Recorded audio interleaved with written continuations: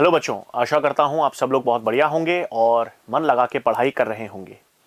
आज हम एक नया टॉपिक यानी लिविंग वर्ल्ड या सजीव संसार की बात करेंगे और उसके पहले पार्ट में बच्चों आप सब लोगों का बहुत बहुत स्वागत है।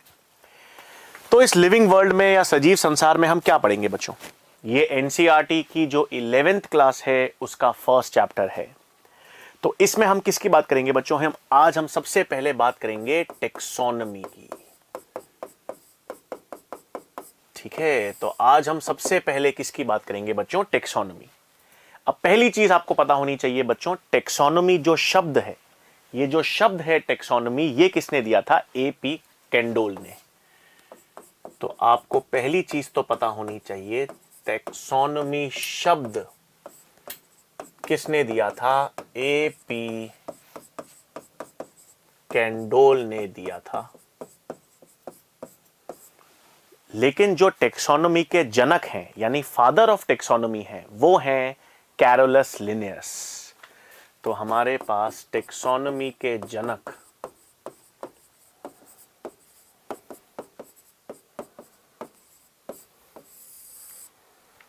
वो हमारे पास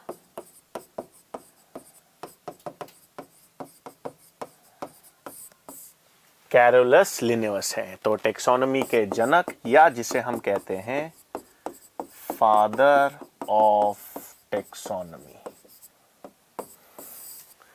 ठीक है, तो पहली चीज तो बच्चों ये है कि टेक्सोनॉमी शब्द किसने दिया था? टेक्सोनॉमी जो शब्द है वो एपी कैंडोल नामक वैज्ञानिक ने दिया है। और जो टेक्सोनॉमी के जनक हैं, फादर ऑफ टेक्सोनॉमी, तो टेक्सोनॉमी के जनक या फादर ऑफ टेक्सोनॉमी कौन है? कैरोलस लिनियस है। अब टेक्सोनॉमी क्या है? तो टेक्सोनॉमी बच्चों जीव विज्ञान की एक शाखा है।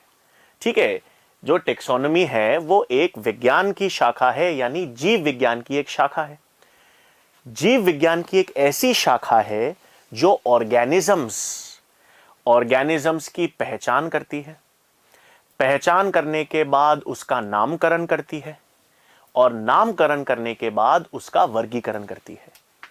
इसका मतलब यह है बच्चों, हमारे जो जीव विज्ञान या बायोलॉजी है उसमें कोई भी नया जीव, अगर किसी भी नए जीव की खोज होती है, भले ही वो पादप है, जंतु है, सूक्ष्म जीव है, जब किसी भी नए ऑर्गेनिज्म की खोज होगी तो सबसे पहले तो उस ऑर्गेनिज्म की पहचान होगी, है ना। उसको यह पहचाना जाएगा कि वो सजीव है या निर्जीव है।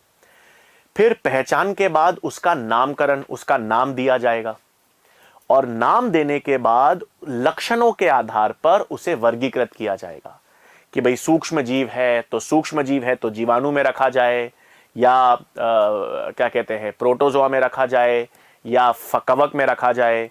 फिर अगर जंतु है तो जंतु जगत में रखा जाए, पादप है, शैवाल है, तो उसका वर्गीकरण किया जाए।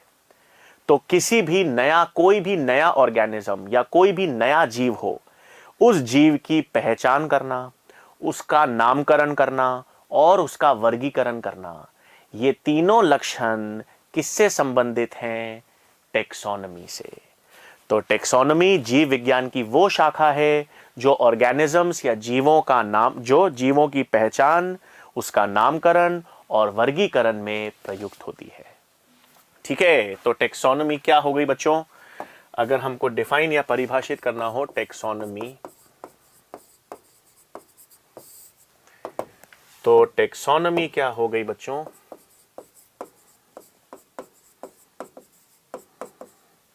जीव विज्ञान की ऐसी शाखा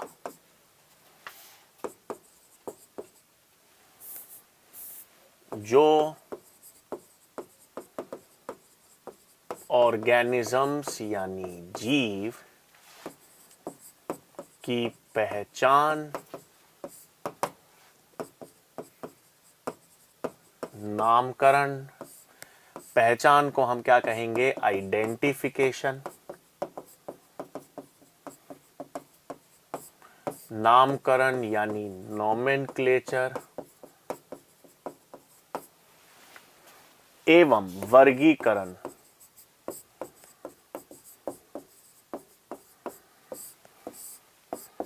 यानी क्लासिफिकेशन, है ना भाई। तो कोई भी नया ऑर्गेनिज्म है, कोई भी एक नया ऑर्गेनिज्म जिसकी खोज हुई है, तो उस ऑर्गेनिज्म को पहचानना, उसका नामकरण करना और लक्षणों के आधार पर उसका वर्गीकरण करना, ये सब किस विज्ञान की शाखा से संबंधित होता है? टेक्सोनॉमी। तो ये जीव विज्ञान की एक ऐसी शाखा है जो ऑर्गेनिजम्स की पहचान, नामकरण एवं वर्गीकरण से संबंधित होती है।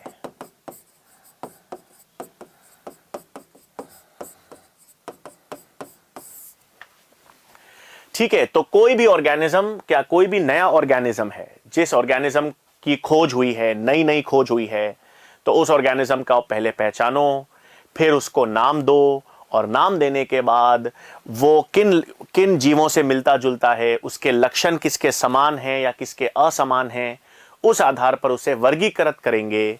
विज्ञान की इस शाखा को क्या कहेंगे? टेक्सोनॉमी।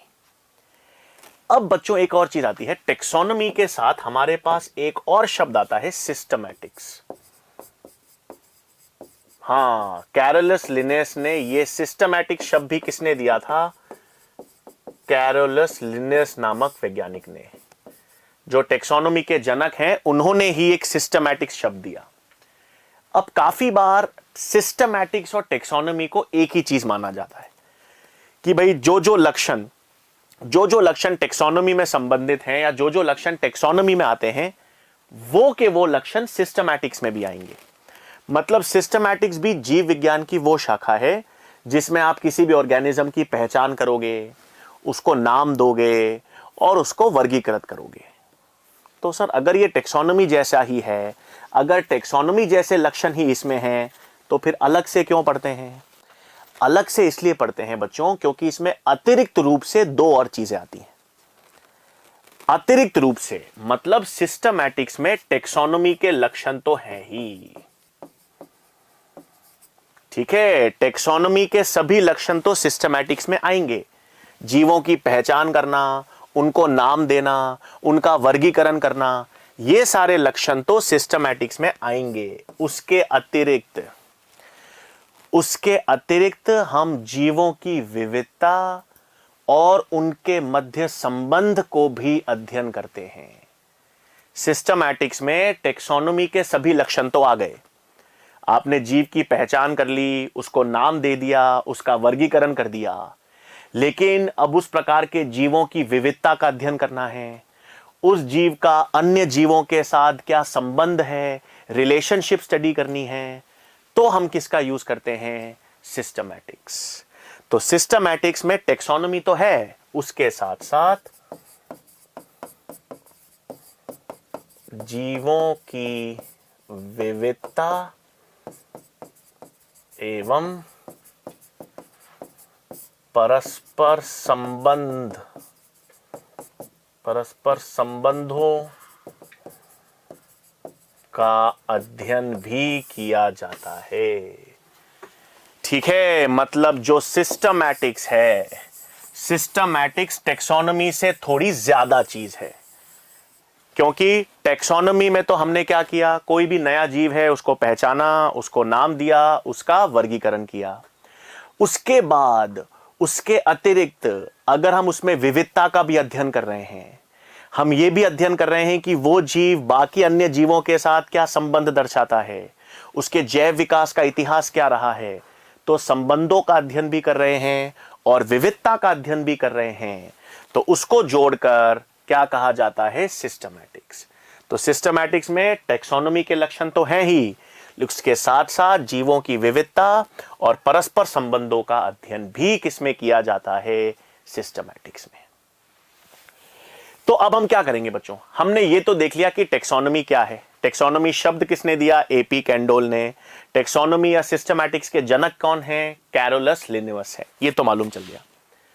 अब हम क्या करेंगे भाई, सबसे पहले कोई भी नया ऑर्गेनिज्म है, मान लो आपने एक सजीव या एक ऑर्गेनिज्म को की पहचान कर ली, आपने पता कर लिया कि भाई ये ऑर्गेनिज्म है, ये सजीव ऑर्गेनिज्म है, तो आप इसका क्या करोगे? नाम दोगे।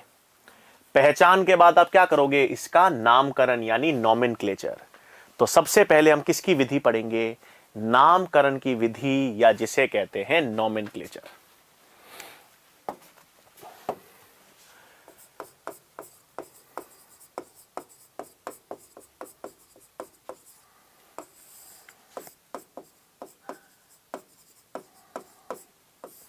ठीक है, अब नॉमेनक्लेचर का भी सिद्धांत जो है, तो हमारे पास सबसे मान्यतापूर्ण नाम देने का जो सिद्धांत है, नामकरण का जो सिद्धांत है, नॉमेनक्लेचर का जो सिस्टम है, वो भी हमको कैरोलस लिनियस ने दिया और उसे हम कहते हैं बाइनोमियल नॉमेनक्लेचर। तो नॉमेनक्लेचर में भी सबसे मान्य कौन सा है? Binomial nomenclature. हम कौन सी पद्धति का इस्तेमाल करते हैं नाम देने में? Binomial nomenclature. ये भी किस वैज्ञानिक ने दिया? कैरोलस लिनियस ने। तो टेक्सोनोमी के जनक, सिस्टमैटिक्स के जनक और नामकरण में भी बाइनोमियल द्विनाम पद्धति से कहते हैं। बाइनोमियल नॉमेनक्लेचर को हम क्या कहते हैं बच्चों? द्विनाम पद्धति। और ये किसने दिया था? कैरोलस लिनियस ने। अब इसके मुख्य बिंदु क्या क्या हैं? तो इस बाइनोमियल नॉमेनक्लेचर के मुख्य बिंदु,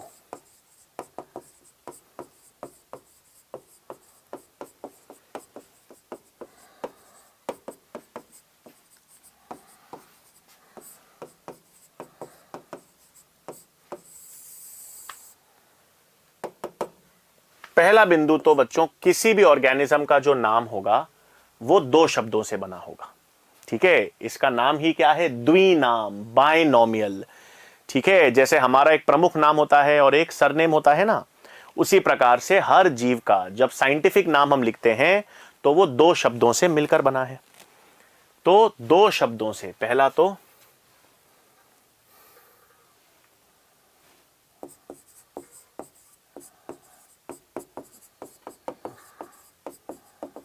जीव का साइंटिफिक नाम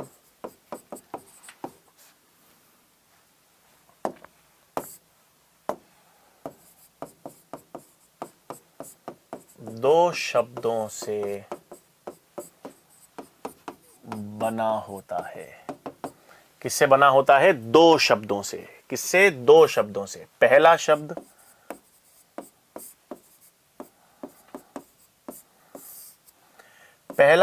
क्या दर्शाता है? वंश या जीनस। और दूसरा शब्द क्या दर्शाता है? Specific epithet. पहला तो अक्षर क्या दर्शाता है? जीनस या वंश।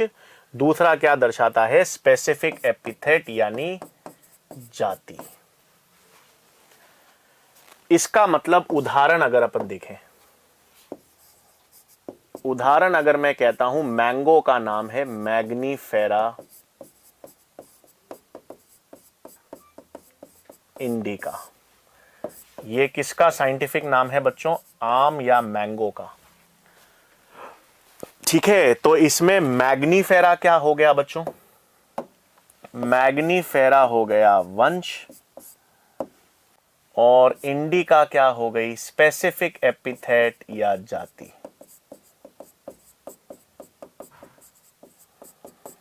ठीक है, इसी तरह अपन एक हाउस फ्लाई, घरेलू मक्खी का नाम ले बच्चों। एक उदाहरण और देख लेते हैं, मस्का डोमेस्टिका।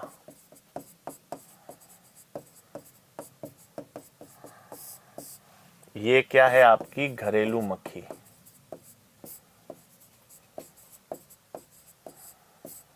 तो इसमें मस्का क्या हो गया बच्चों? वंश का नाम। और डोमेस्टिका क्या हो गया? Specific epithet. कोई भी, जैसे मानव का, हमारा साइंटिफिक नाम क्या होता है बच्चों? होमो सेपियंस। हम क्या कहलाते हैं? होमो सेपियंस। तो होमो का मतलब क्या हो गया? वंश। और सेपियंस का मतलब क्या हो गया? Specific epithet. तो ये बाइनोमियल या द्विनाम पद्धति है। हर ऑर्गेनिज्म का साइंटिफिक नाम दो शब्दों से बना होता है। पहला शब्द क्या होगा? वंश। और दूसरा शब्द क्या होगा? जाति या स्पेसिफिक एपिथेट। यदि काफी बार, एक सेकेंड और चीज, अब अगर एक और उदाहरण से समझें, जैसे अगर मैं आपसे कहता हूं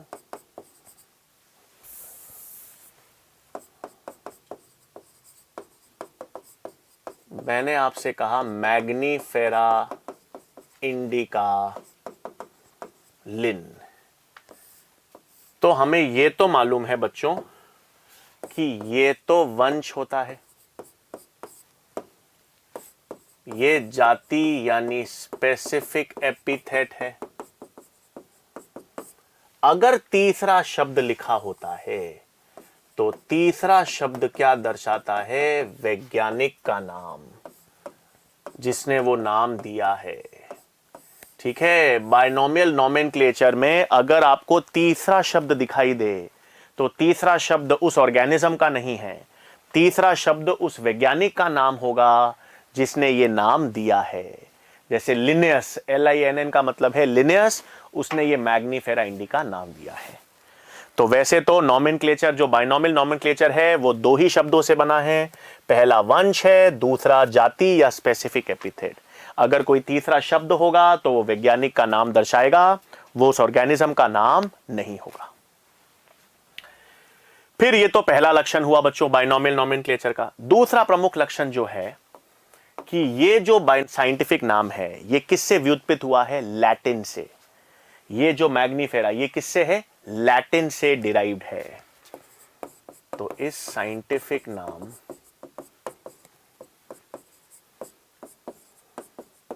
लैटिन से व्युत्पत्त है। किस भाषा से हैं? लैटिन से व्युत्पत्त होते हैं। अब इनको लिखने के दो तरीके हैं। अगर ये छपे होंगे तो या ये तो इटैलिक्स में लिखे जाते हैं,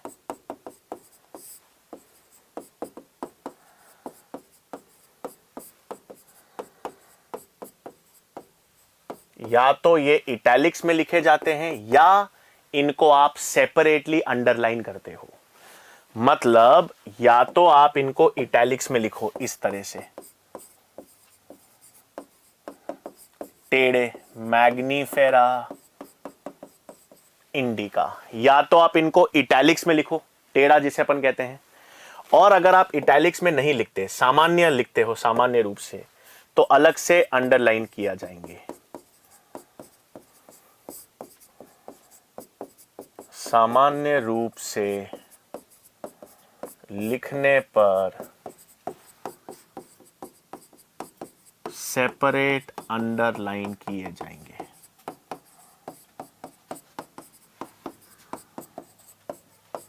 जैसे होमोसेपियंस लिखूं मैं अगर,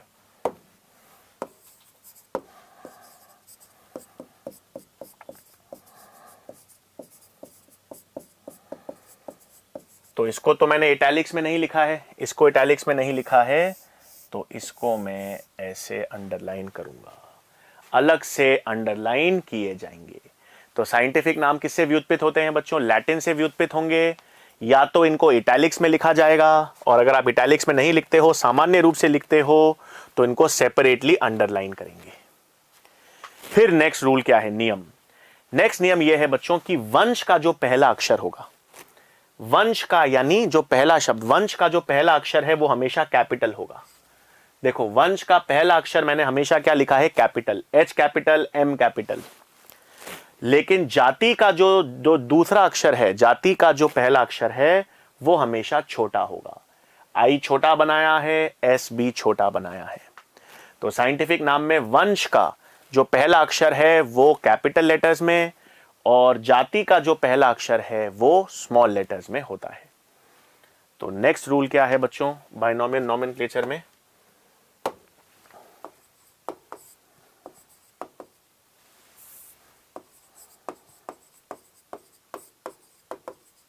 जीनस, वंश का पहला लेटर कैपिटल होगा,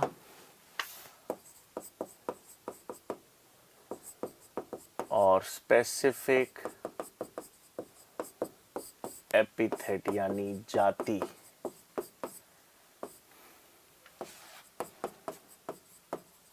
का पहला लेटर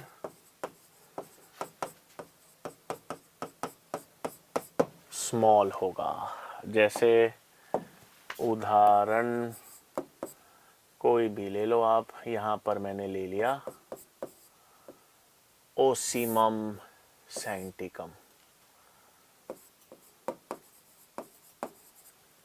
ओसीमम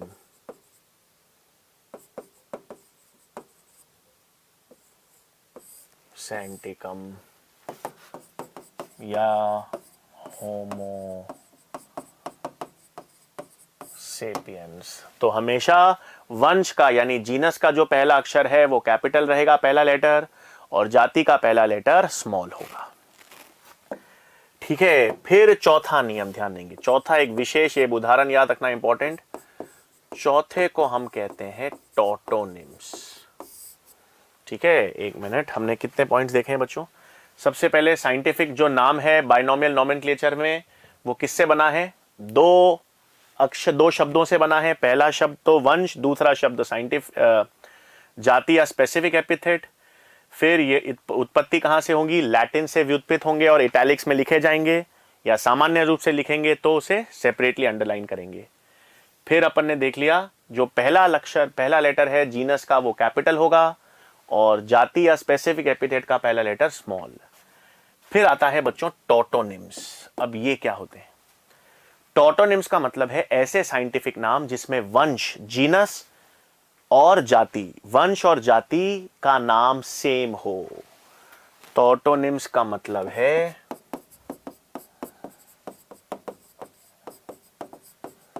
ऐसे साइंटिफिक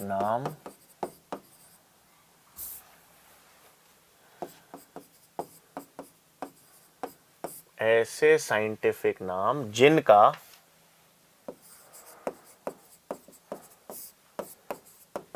वंश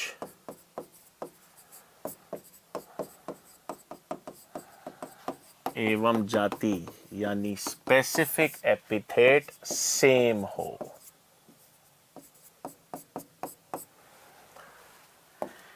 इसका मतलब उदाहरण, चूहे का साइंटिफिक नाम होता है रैटस रैटस। ठीक है, चूहे का साइंटिफिक नाम क्या है बच्चों? Rattus Rattus. तो रैटस और रैटस, जीनस और जाति क्या है? दोनों समान है। तो जब ऐसे साइंटिफिक नाम जिसका जीनस और स्पेसिफिक एपिथेट एक हो, सेम हो, उसे कहते हैं टॉटोनिम्स। अब एक बहुत इंपॉर्टेंट चीज बच्चों, जो टॉटोनिम्स है ना, वो जूलॉजी में तो अलाउड है। मतलब जंतुओं का जो नॉमेनक्लेचर होता है, जंतु का यानी एनिमल्स का जो नॉमेनक्लेचर है, उसमें टॉटोनिम्स अलाउड है। जैसे सांप होता है कोबरा, तो उसका क्या होता है साइंटिफिक नाम बच्चों? नाजा नाजा। चूहे का साइंटिफिक नाम क्या है? Rattus Rattus.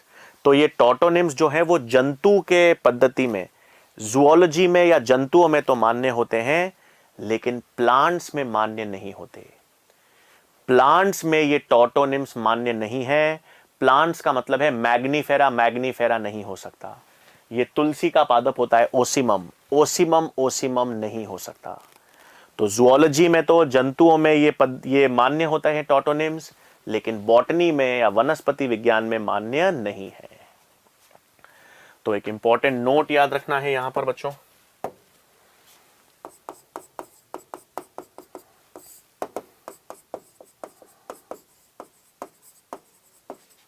टॉटोनिम्स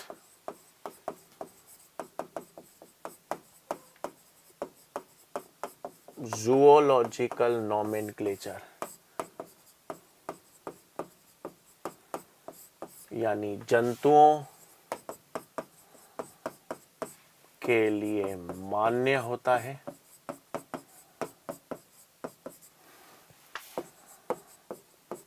परंतु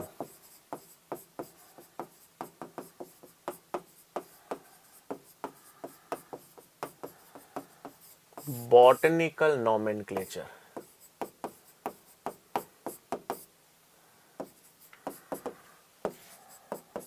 में मान्य नहीं। तो जंतुओं के लिए मान्य होंगे टॉटोनिम्स, लेकिन पादपों के लिए मान्य नहीं है। उदाहरण के तौर पे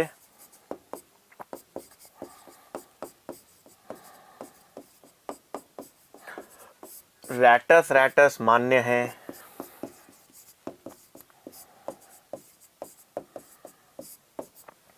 नाजा नाजा कोबरा ये मान्य है, परंतु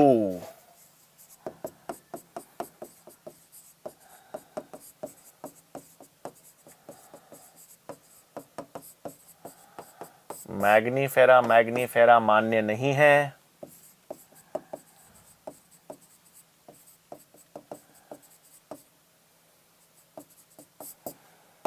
ओसिमम ओसिमम मान्य नहीं है। तो टॉटोनिम्स किस में मान्य होंगे बच्चों? जंतुओं में या जूलॉजिकल नॉमेनक्लेचर में मान्य हैं, लेकिन पादपों के लिए या बॉटनिकल नॉमेनक्लेचर में मान्य नहीं होते हैं। ठीक है बच्चों, तो ये क्या है? ये कुछ नियम थे। किसके नियम हैं? ये हमारे बायनोमियल नॉमेनक्लेचर के नियम हैं। क्या क्या है बायनोमियल नॉमेनक्लेचर के प्रमुख बिंदु? दो शब्द होंगे, कोई भी साइंटिफिक नाम में दो शब्द होंगे, पहला वंश है, दूसरा जाति है। अगर तीसरा शब्द अगर दे रखा है तो वैज्ञानिक का नाम दर्शा रहा है, जीव का नाम नहीं।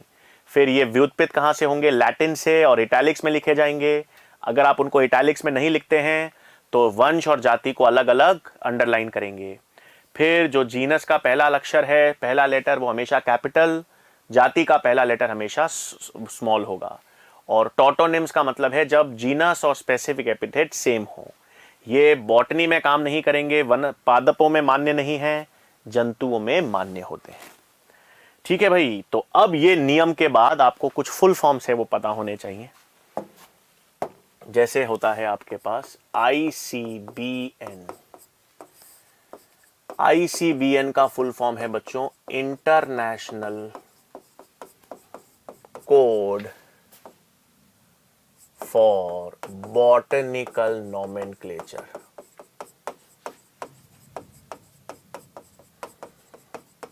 ठीक है, तो international code for botanical nomenclature. इसी तरह से ICZN,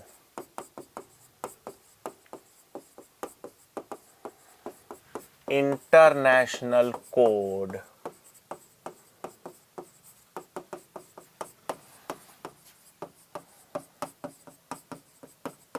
for zoological nomenclature. Botanical nomenclature मतलब पादपों के लिए है, ICZN का मतलब यह है जूलॉजी के लिए है। तो बॉटनी के लिए ICBN, ICZN। फिर होता है ICNB,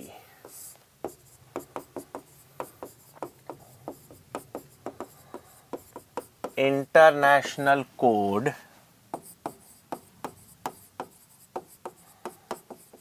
for nomenclature of bacteria. है ना भाई, पादपों का साइंटिफिक नाम देने के लिए कौन सा नॉमेनक्लेचर है? ICBN।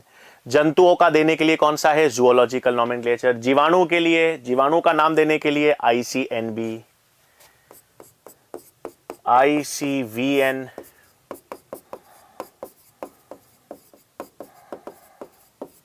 इंटरनेशनल कोड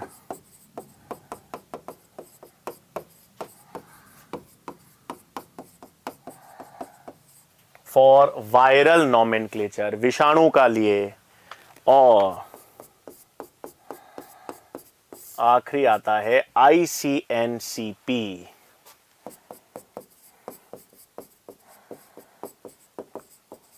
अंतरराष्ट्रीय code, international code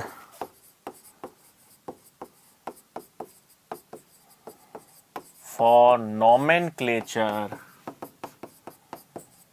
of cultivated plants. हाँ, जिन प्लांट्स की खेती की जाती है, तो जिन प्लांट्स की खेती की जाती है उनका अगर आपको नामकरण देना हो, उनका नॉमेनक्लेचर देना हो, तो हम क्या यूज करते हैं? ICNCP। तो हमारे पास क्या है बच्चों? ये 1 2 3 4 5 फुल फॉर्म्स हैं जो आपको पता होने चाहिए। कौन कौन से? प्लांट्स का साइंटिफिक नाम देने के लिए ICBN, जंतुओं का साइंटिफिक नाम देने के लिए जूलॉजिकल नॉमेनक्लेचर, नॉमेनक्लेचर जीवाणु का नाम देने के लिए ICNB, विषाणु का नाम देने के लिए ICVN, और खेती करने वाले पादपों का नाम देने के लिए ICNCP है। इसमें एक इंपॉर्टेंट चीज याद रखना बच्चों, जैसे मैंने कहा था टॉटोनिम्स, तो टॉटोनिम्स किस में अलाउड है? टॉटोनिम्स ICZN में तो मान्य है। ICZN का मतलब जूलॉजिकल नॉमेनक्लेचर, जंतुओं के लिए मान्य है, लेकिन किस में मान्य नहीं होंगे या किसके लिए मान्य नहीं है? ICBN के लिए मान्य नहीं होंगे। तो बॉटनी में टॉटोनिम्स मान्य नहीं होते, केवल किस में मान्य होते हैं? जूलॉजी में मान्य होंगे। ठीक है भाई, तो ये तो अपन ने किसकी बात कर ली? नॉमेनक्लेचर की बात कर ली। अब नॉमेनक्लेचर के बाद आपने एक बार किसी भी जीव का नाम दे दिया, ठीक है। टेक्सोनोमी में आपने क्या किया? किसी भी ऑर्गेनिज्म को पहचाना, पहले आपने पहचानने के बाद उसको नाम दे दिया। पहले आपने पहचाना कि बैक्टीरिया है, वायरस है, प्लांट है, एनिमल है, उस हिसाब से आपने देखा। पहचानने के बाद उसका नामकरण दे दिया, या तो बॉटनिकल नॉमेनक्लेचर या जूलॉजिकल नॉमेनक्लेचर। और नाम देने पर कौन से नियम फॉलो करोगे? नाम देने के लिए ये बाइनोमियल नॉमेनक्लेचर वाला नियम मान्य होगा। अब पहचान कर ली, नाम दे दिया। अब नाम करने के बाद, नाम देने के बाद क्या किया जाएगा? उसका वर्गीकरण यानी क्लासिफिकेशन। तो अब नाम देने के बाद हम किसकी बात करेंगे?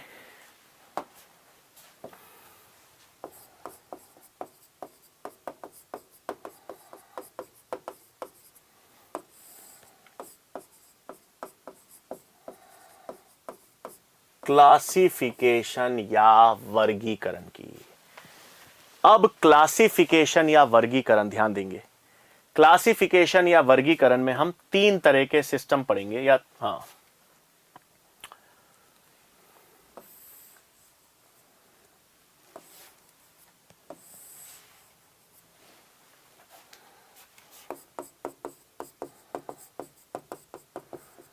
आर्टिफिशियल सिस्टम ऑफ क्लासिफिकेशन,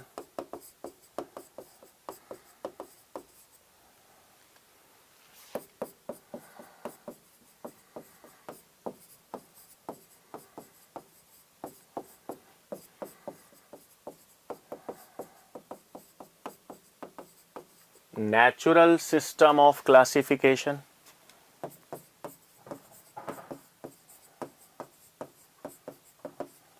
और phylogenetic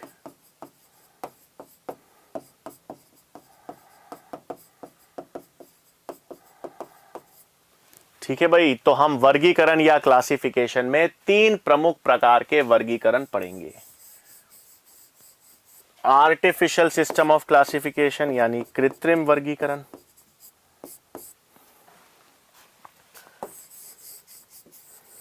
natural system of classification का मतलब प्राकृतिक वर्गीकरण, और फाइलोजेनेटिक सिस्टम ऑफ वर्गीकरण। एक एक करके देखेंगे और फिर हम देखेंगे सबसे बेहतर कौन सा है और क्यों है।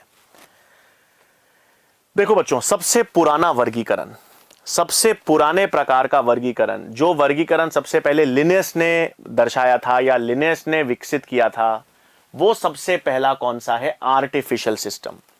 तो सबसे पहला जो वर्गीकरण किया गया, सबसे पहले प्रकार का, सबसे पुराने प्रकार का वर्गीकरण जो है वो है कृत्रिम वर्गीकरण। ये सबसे पहले किसने विकसित किया? लिनेस ने। अब लिनेस ने क्या किया था भाई? इन्होंने ये बताया कि ऑर्गेनिजम्स की आप पहचान कर लो, पहचान करने के बाद नाम दे दो, और उसके बाद क्या करो? उनमें से कोई भी आकारिकी लक्षण देख लो, 1 या 2 आकारिकी लक्षण के आधार पर उनका वर्गीकरण कर दो। मतलब लिनेस ने देखा कि जब एक नए पादप की खोज हुई, नए पादप को एक नाम दिया, फिर देखा यार इस पादप के पुंकेसर की लंबाई दूसरे जिन जिन पादपों के साथ मिलती जुलती है, उनको एक ही वर्ग में रख दो। हाँ, आज हमें पता है सर ये ऐसा थोड़ी करेंगे। क्लासिफिकेशन अगर आप कर रहे हो, वर्गीकरण कर रहे हो, तो वर्गीकरण में तो कई सारे लक्षणों का अध्ययन करना पड़ेगा। कई सारे लक्षणों का अध्ययन करो, उनमें समानताएं देखो, समानता होने पर उनको एक वर्ग में डालो। हाँ, लेकिन ये अब समझ है ना, जब शुरुआत में वर्गीकरण का सिद्धांत आया था, जब लिनेस ने यह देखा कि भाई आप कुछ भी 1 या 2 आकारिकी लक्षणों के आधार पर, केवल 1 या 2, 1 या कुछ आकारिकी लक्षण यानी मॉर्फोलॉजिकल लक्षणों के आधार पर पादपों का वर्गीकरण उन्होंने कर दिया, और इसे क्या कहते हैं? Artificial system of classification. तो सबसे पहले अपन किसकी बात करेंगे बच्चों? सबसे पहले अपन बात करेंगे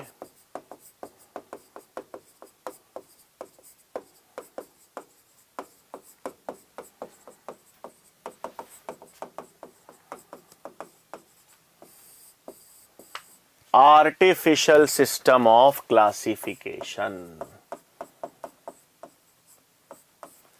इसमें क्या किया गया, इसमें वर्गीकरण का आधार, वर्गीकरण किस आधार पे किया गया, केवल एक या कुछ आकारिकी लक्षणों के आधार पर। तो इस प्रकार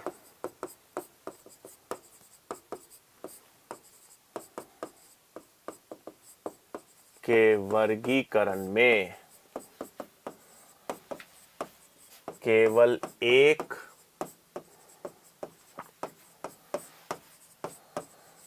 अथवा कुछ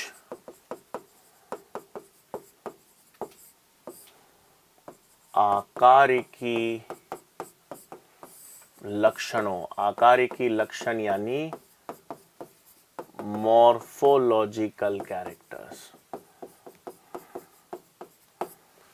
तो इस प्रकार के वर्गीकरण में केवल एक अथवा कुछ आकारिकी लक्षणों के आधार पर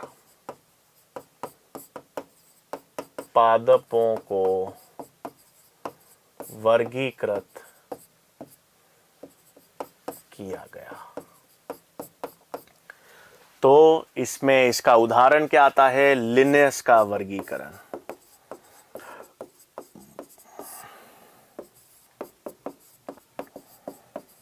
तो लिनेयस ने जब सबसे पहले वर्गीकरण किया था ना बच्चों, लिनेयस ने सबसे पहले जब पादपों में वर्गीकरण किया तो उन्होंने क्या देखा था, पुंकेसर की लंबाई। हाँ, पुंकेसर यानी स्टेमेंस की लंबाई। तो उन्होंने क्या देखा, उन्होंने कहा यार जो भी पादप हैं, जितने सारे पादपों के पुंकेसर की लंबाई आपस में सेम हो, मिलती जुलती हो, उन सबको एक वर्ग में डाल दो। तो उन्होंने केवल पुंकेसर की लंबाई के आधार पर, पुंकेसर की लंबाई कैसा लक्षण है, देखने वाला एक आकारिकी लक्षण है, तो केवल उस आकारिकी लक्षण के आधार पर सभी पादपों को वर्गीकृत कर दिया। अब हमें पता है ये सही नहीं है, क्योंकि केवल आकारिकी लक्षण से क्या होगा, एक तो सभी आकारिकी लक्षण का अध्ययन करना चाहिए, आकारिकी के बाद आंतरिकी लक्षणों का अध्ययन करना चाहिए, कई सारे सभी लक्षणों का अध्ययन करोगे, फिर उनमें समानताएं या असमानताएं देखोगे और फिर वर्गीकरण करोगे, वो बेहतर वर्गीकरण है। तो ये जो है कृत्रिम या आर्टिफिशियल सिस्टम ऑफ क्लासिफिकेशन हम फॉलो नहीं करते, ये मान्य भी नहीं है, क्योंकि ये केवल एक या कुछ आकारिकी लक्षणों के आधार पर वर्गीकरण करता है। तो ये वर्गीकरण अब फॉलो नहीं होता, ये वर्गीकरण अब मान्य नहीं है। फिर आर्टिफिशियल के बाद नेक्स्ट इससे बेहतर क्या आया बच्चों हमारे पास, फिर हमारे पास दूसरा आता है नेचुरल सिस्टम ऑफ क्लासिफिकेशन।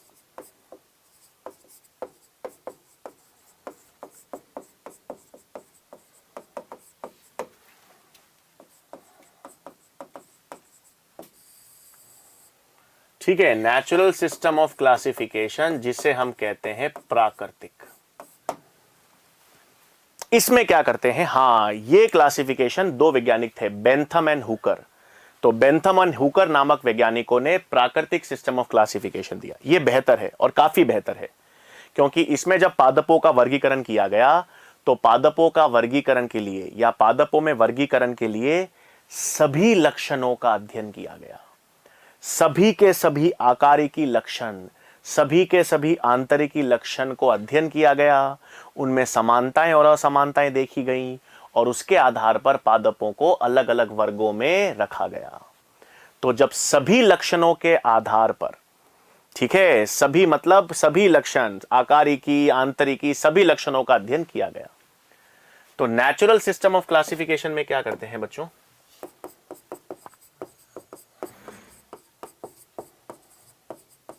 इस वर्गीकरण में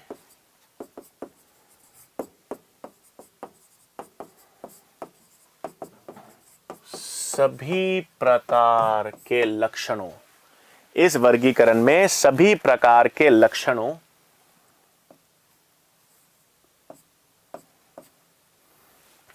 सभी प्रकार के लक्षणों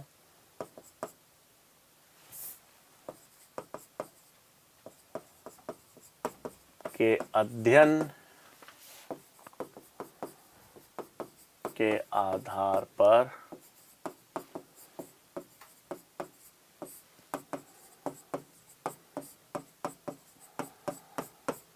ठीक है, तो इस वर्गीकरण में क्या लिए बच्चों? सभी प्रकार के लक्षण लिए, सभी प्रकार के आकारिकी आंतरिकी लक्षण। लेकिन इसमें क्या किया गया, जो पुष्पीय लक्षण है, जो फ्लोरल कैरेक्टर्स हैं, उनको कायिक लक्षणों से अधिक महत्व दिया गया।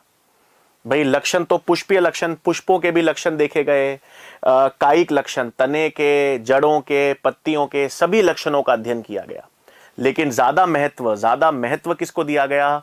पुष्पीय लक्षण को, क्योंकि पुष्पीय लक्षण जो हैं वो लैंगिक जनन में कार्य करते हैं, उनमें विविधता ज्यादा होती है।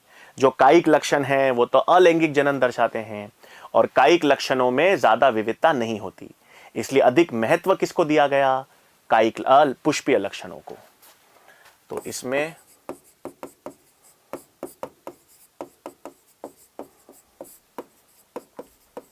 पुष्पीय लक्षणों को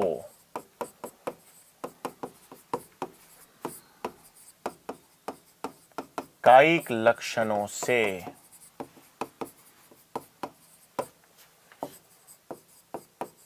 अधिक महत्व दिया गया। लेकिन पुष्पीय लक्षणों को भले ही कायिक लक्षणों से अधिक महत्व दिया गया है, लेकिन वर्गीकरण का आधार, वर्गीकरण करने के लिए सभी लक्षणों को अध्ययन किया गया। और इसका सबसे प्रमुख उदाहरण क्या है? Bentham and Hooker classification.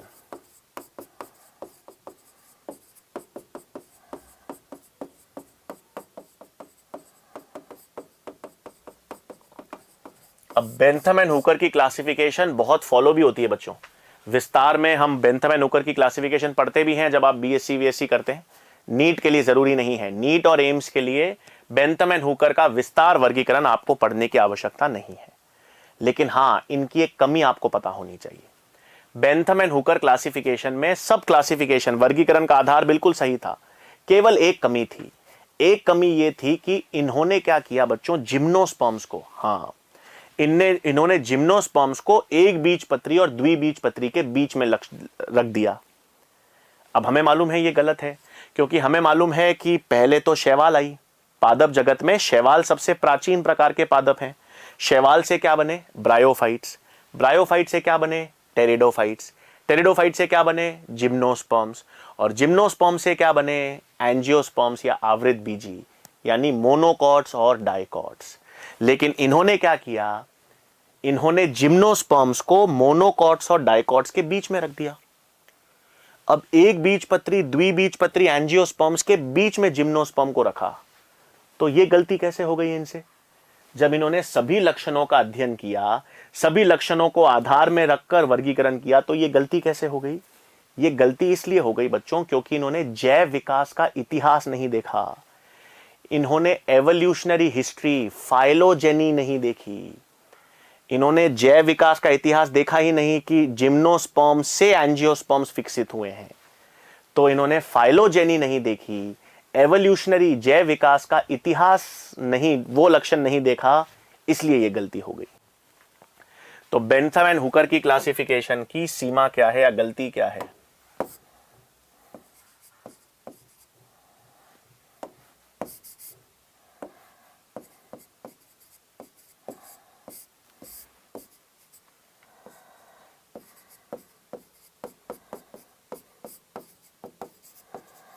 इन्होंने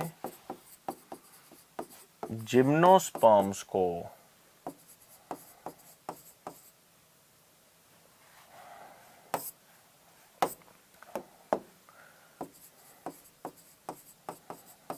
मोनोकॉट्स एवं डाइकॉट्स के मध्य स्थान दिया, और ये इन्होंने क्या कर दी? गलती।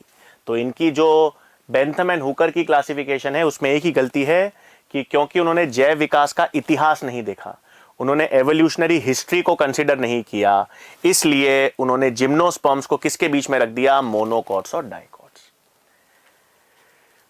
ठीक है, तो ये तो थी अपने पास नेचुरल सिस्टम ऑफ क्लासिफिकेशन। अब नेचुरल सिस्टम के बाद इसको और बेहतर बनाने के लिए तीसरी क्या आ गई हमारे पास? तीसरी हमारे पास आती है फाइलोजेनेटिक सिस्टम ऑफ क्लासिफिकेशन।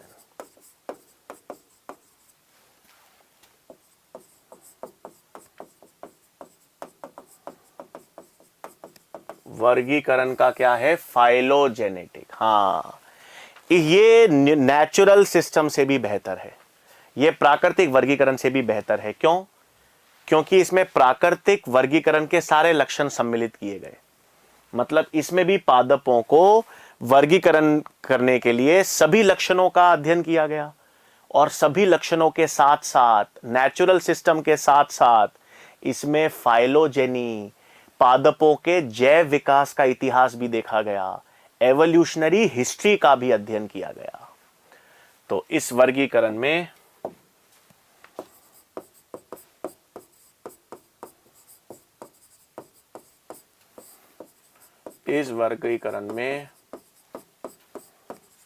पादपों के सभी लक्षणों के अध्ययन के अतिरिक्त फाइलोजेनी यानी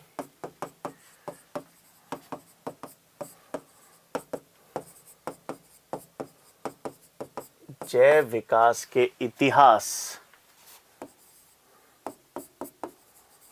को भी वर्गीकरण का आधार बनाया गया।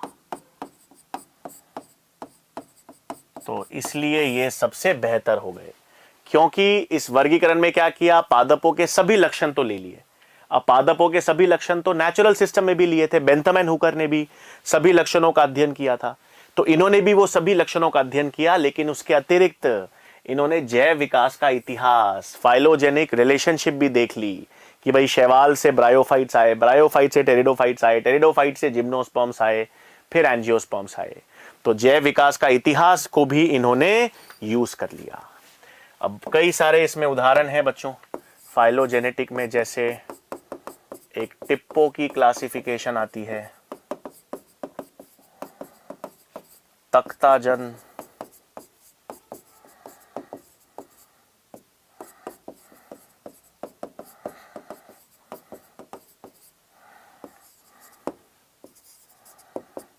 एंगलर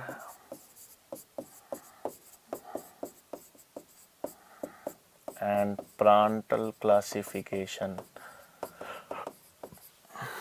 और हचिसन।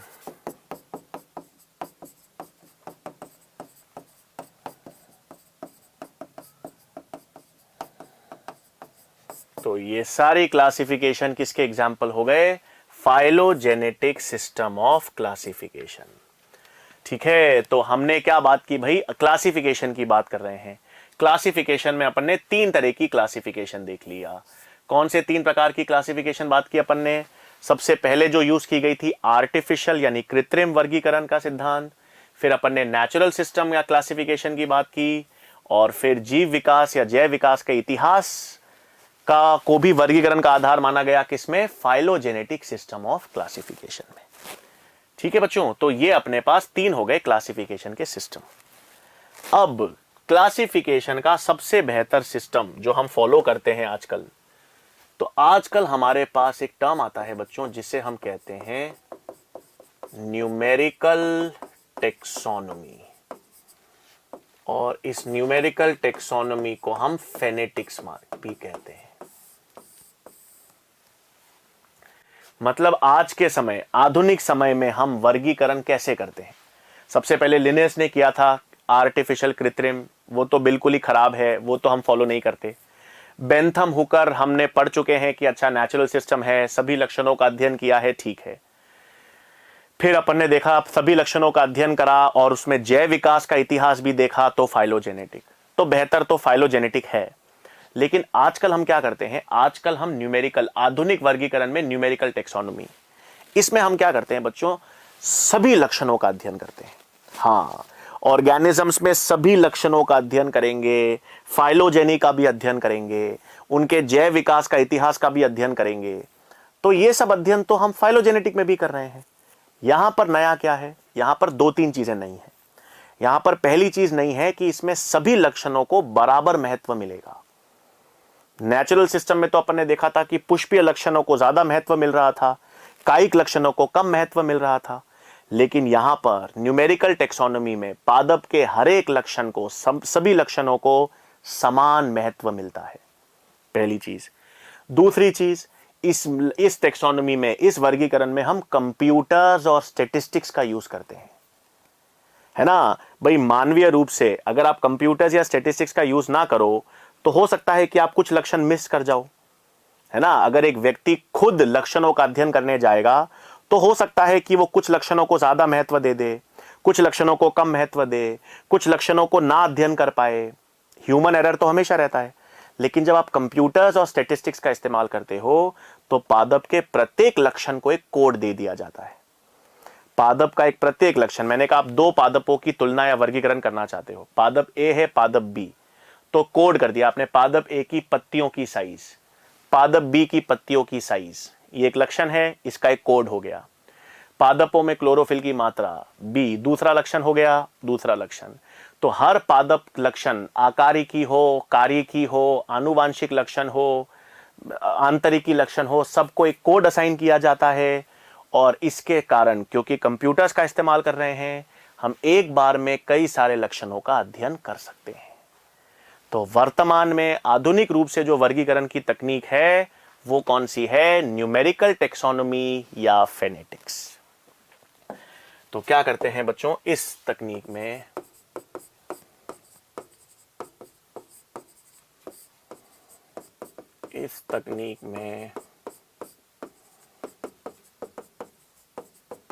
पादपों के समस्त लक्षणों का अध्ययन किया जाता है। समस्त लक्षण मतलब आकारिकी, आंतरिकी, आनुवांशिक, कोशिकीय इत्यादि सभी लक्षणों का, पादप में समस्त लक्षण जो हैं, समस्त लक्षणों का अध्ययन इस तकनीक में किया जाएगा। फिर दूसरा,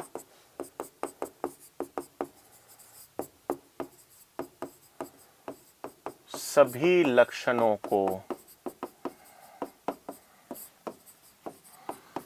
समान महत्व दिया जाता है। ठीक है, सभी लक्षणों को समान महत्व दिया जाएगा। समान महत्व का मतलब है ऐसा नहीं है कि पुष्पीय लक्षण ज्यादा महत्वपूर्ण है, कायिक लक्षण कम। सभी लक्षणों को समान महत्व दिया जाता है। एक साथ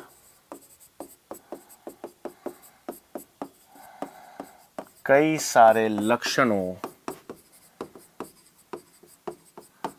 का अध्ययन संभव होता है।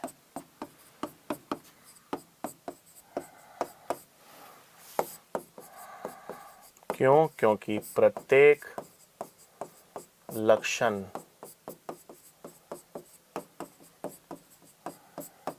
को कोड दिया जाता है। प्रत्येक लक्षण को क्या दिया जाता है? कोड दिया जाता है। और अंत में कंप्यूटर्स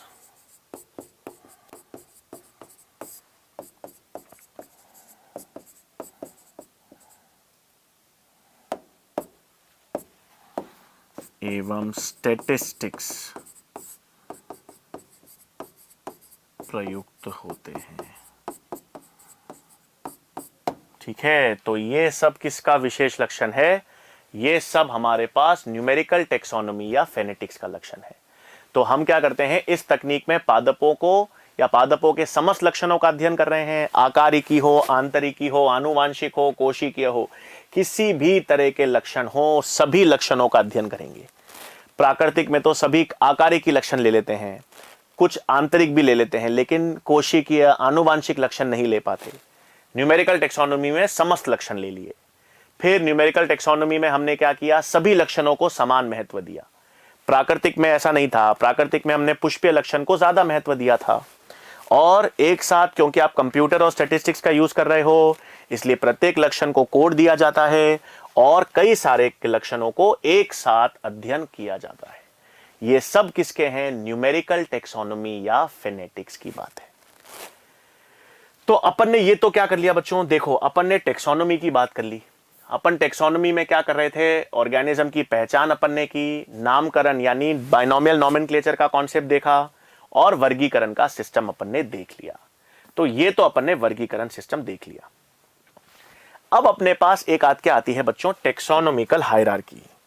ठीक है, तो अब हमारे पास क्या आता है, एक सिस्टम टेक्सोनोमिकल हायरार्की। हां, ये हायरार्की क्या है, देखो भाई इधर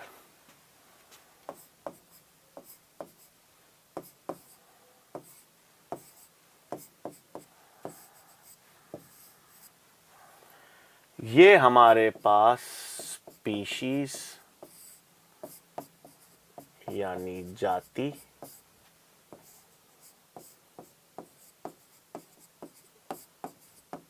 जीनस यानी वंश, फैमिली यानी कुल,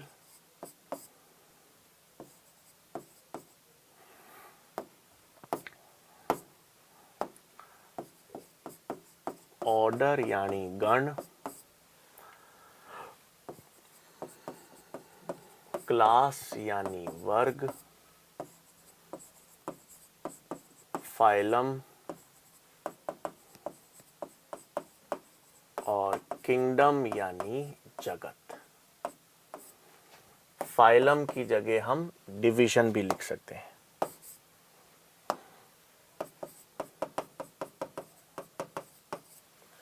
ठीक है, क्या हायरार्की है, species, genus, family, order, class, phylum या डिवीजन और जगत। ये आपके पास टेक्सोनोमिकल हायरार्की है। सबसे पहले तो इसको याद रखने का तरीका बच्चों, ये क्या है वो हम आगे बात करेंगे। सबसे पहले याद कैसे रखोगे, दो तरीके हैं याद रखने के बच्चों। एक तो आप याद रख सकते हो, kids put cat on fire gas stove, या तो ये याद रख सकते हो, या कीप पॉट्स क्लीन और फैमिली गेट्स सिक। तो ये तरीका है याद रखने का। K kingdom, P phylum, C class, O order, F family, G genus, S जाति। डिवीजन हम यूज करते हैं पादपों के लिए, पादपों के लिए डिवीजन और जंतुओं के लिए फाइलम। तो ये बच्चों क्या है, ये टेक्सोनोमिकल हायरार्की हमने देखी है। टेक्सोनोमिकल हायरार्की में सबसे नीचे जो आधारीय इकाई है, जो टेक्सोनोमी की इकाई है, बेसिक यूनिट है, वो है जाति। कई सारी जातियां मिलकर क्या बनाती हैं, वंश। कई सारे वंश मिलकर क्या बनाते हैं, फैमिली या कुल। कुल मिलकर क्या बनाते हैं, गण। गण मिलकर क्या बनाते हैं, वर्ग। वर्ग मिलकर क्या बनाते हैं, फाइलम या पादपों में बनाते हैं डिवीजन। और फाइलम से क्या बनता है, जगत बनता है। तो ये क्या है, टेक्सोनोमिकल हायरार्की। सबसे छोटी, सबसे आधारीय कौन सी है, जाति या स्पीशीज।